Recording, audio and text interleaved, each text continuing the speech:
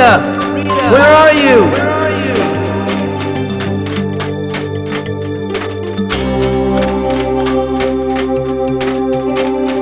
Help me, Mike. Help me, Mike.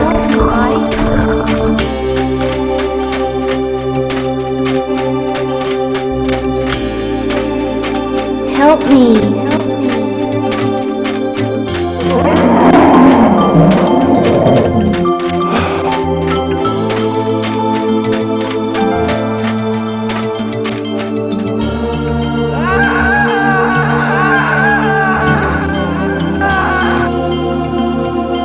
It's the same dream, night after night. I'm searching for Rita in the dark world, but something unspeakable starts chasing me. I never make it back through the portal in time. It's been more than a year since I foiled the Ancient's plans to grow an alien embryo in my brain, and still the dark world haunts me. Rita's murder is just the latest reminder that no place is safe from the darkness. Not even my hometown.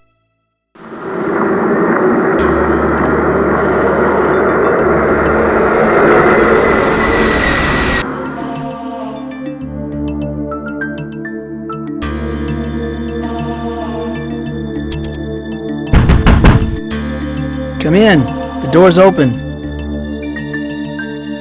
Your mother let me in, Dawson. I had some more questions to ask you about the murder.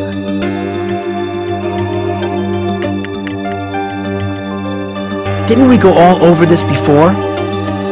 Yes, but that was last week and you left out a lot. The witnesses said you and Rita left the banquet together. What happened when you two were alone? Look, I don't remember being alone with Rita that night. I don't remember anything. I must have gotten drunk. Is that so? People said they heard you two arguing outside the school building.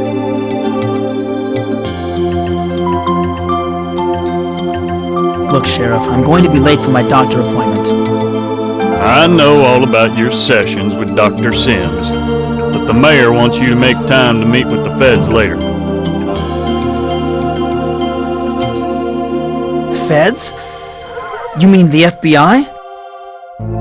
That's right. I don't much like the idea of them trampling over my turf, but the mayor wants me to bring them in. What's Mayor Fleming's interest in Rita's murder?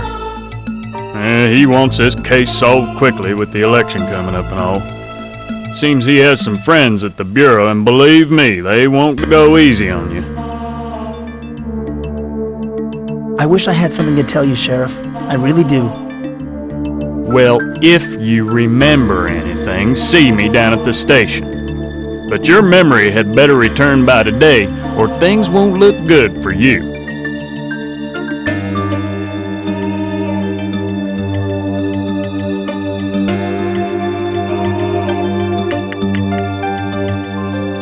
It smells good in here. Mom must be cooking something special.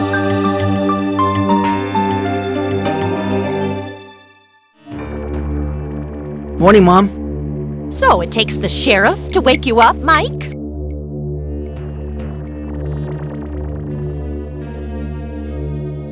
I don't feel like talking about the sheriff, Mom. Fine. You never feel like talking.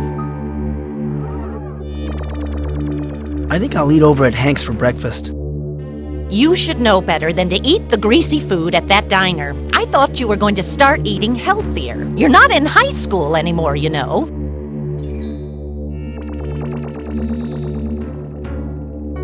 I'm going out, Mom. See you later. That's right. Run off again while I'm talking to you. You're worse now than when you were a teenager. But I've got things to do today, Mom. Like what? You don't do a damn thing around here anymore. I'm starting to get a headache. Well, that's what your medicine is for. You know where to find it. By the way, Mom, thanks for taking care of me this past year. I love you, Mike. I just want you to get well again.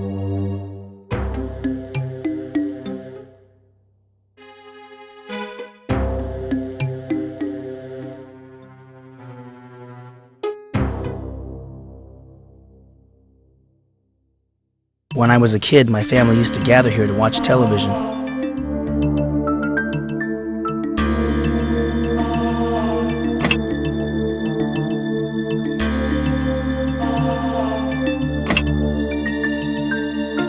On giving. There's someone at the front door.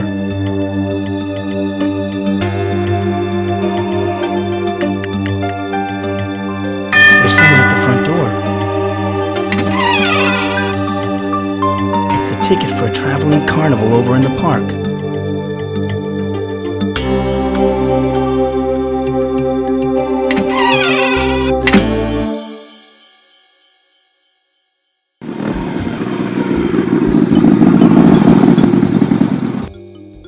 Hey, that's Jack.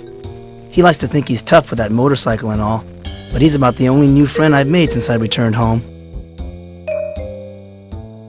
Well, are you just gonna stand there gaping at me, Mikey boy, or are you gonna take a load off your feet? What brings you here, Jack? My motorcycle, dumbcoff! You need to have your ears checked. Actually, I stopped by because I saw the sheriff's patrol car drive off. I was worried about my favorite recovering mental case. Don't joke about my nervous breakdown, Jack. I thought you were my friend. Relax, Michael boy, relax. Geez, you must be under a lot of stress. They say your sense of humor is the first thing to go. The sheriff thinks I murdered Rita. Yeah, I know. I overheard Deputy Brown talking in the diner. You're the #1 suspect.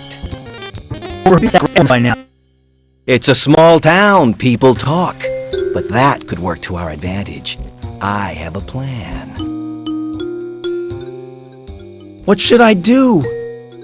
Not to worry, Mikey boy. I've been giving your situation some thought, and I think there are some things Sheriff Butler overlooked.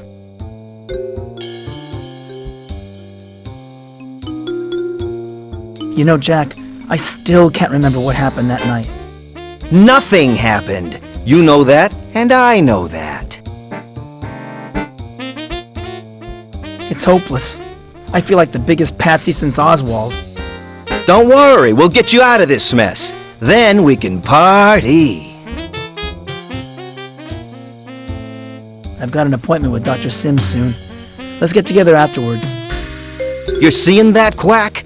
Don't waste your time with that head shrinker. Listen to your old pal Jack instead. Okay, we'll meet here after you're done with Dr. Sigmund Freud. Thanks, Jack. Thanks for believing me. Now, don't get all mushy on me. I'll meet you right here after your doctor's appointment. Until then, hang loose.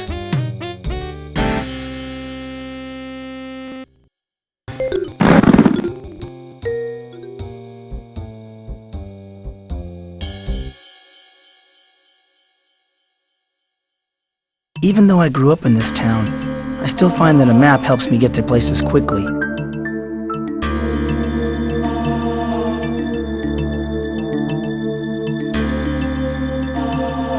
I've been finding reasons to avoid going to Dr. Sims' office during the past week. Rita used to live just around the corner. It's locked. This sign says that the hardware store will be closed for the next 2 weeks.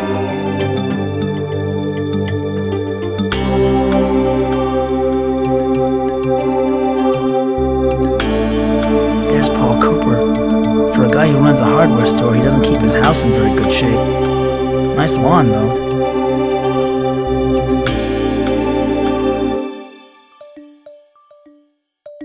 Hi, Mr. Cooper. I'm Mike Dawson. Remember me? Sure, Mike. I remember you. So how's the hardware store business? Great. I've given myself a vacation for the first time in about 3 years. The store is closed right now. I just relaxed one next week. Does your lawn need that much water? It's dry. It's always dry. Gotta get it ready. You know how it is. It's nice to have a pretty lawn. I'll have a big water bill, but I don't care. As long as it keeps pumping, I'll keep watering.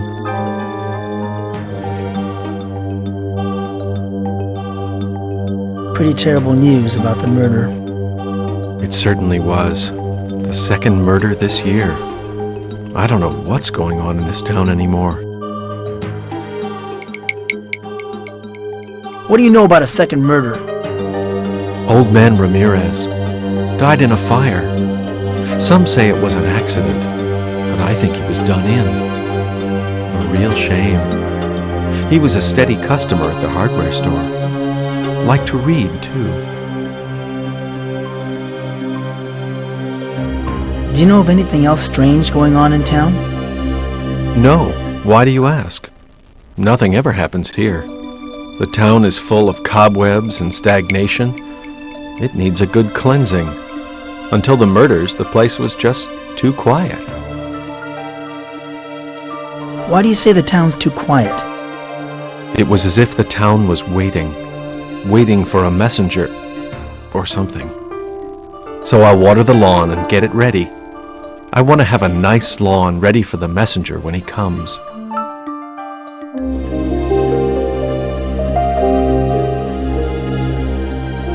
This is getting too weird for me. Catch you later, Paul. Bye-bye, Mike. Watch where you step now.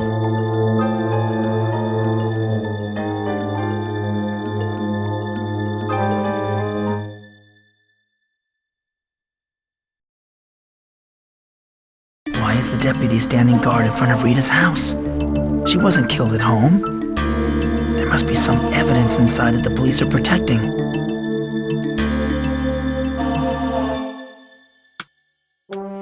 Hi, Deputy Brown. What's new? Oh, hello, Mike. What are you doing here? You look like you're on guard duty. I'm keeping watch over Rita Scanlon's house.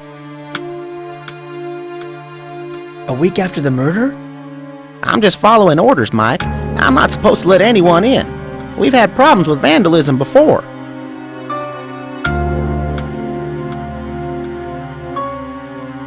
What for? What's in there? Not a thing.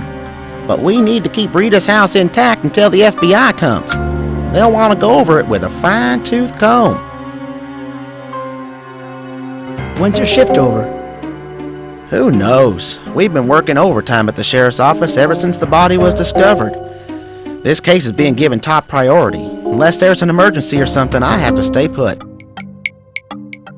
So how's the murder investigation going? Come on, Mike. You know I shouldn't be talking to you about that. Go on now, let me do my job.